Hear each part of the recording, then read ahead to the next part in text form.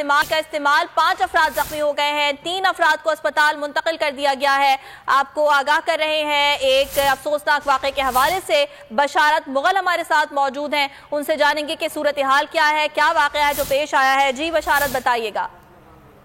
جی بالکل، آزاد کشمیر جو بلدیاتی انتخابات 31 سال بعد ہو رہے ہیں، یہ پہلا واقعہ ہوا ہے ابھی، اور ہلکا لچراٹ ہے جو وہاں کا پولنگ سٹیشن ہے۔ 2 گروپوں کے درمیان جو لڑائی ہوئی ہے وہاں کلاڑی کا بھی استعمال ہوا ہے، اور ساتھ ہی جو ان 2 گروپیں جن میں شامل ہیں، اس میں تحریک انصاف اور آزاد امیدوار کے جو حامی ہیں ان کے درمیان ہاتھا پائی بھی ہے۔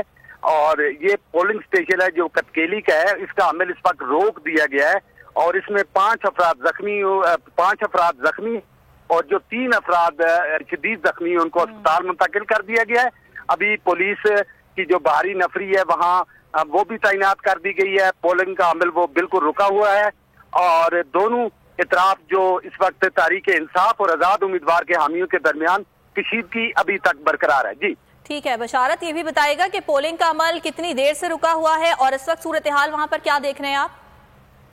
جی بالکل، یہاں جو پولنگ کا عمل جو رکا ہوا ہے یہ تقریباً 1 گھنٹہ ہو چکا، کیونکہ دونوں گروپوں کے درمیان جو تصادم ہوا ہے اس میں 5 افراد زخمی ہوئے، 3 افراد کو جو اسپتال منتقل کیا گیا ہے، کیونکہ دونوں گروپ ایک دوسرے کے بالکل آمنے سامنے ہیں، اور ان کے درمیان جو ہے وہ مسلسل بڑھتی جا رہی ہے۔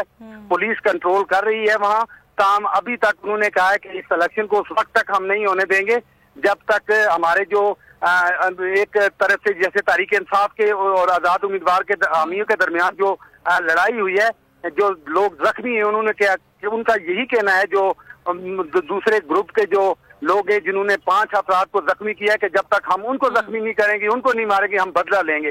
تو پولیس حالات کنٹرول کرنے کی کوشش۔ آپ آگاہ کر رہے تھے بشارت۔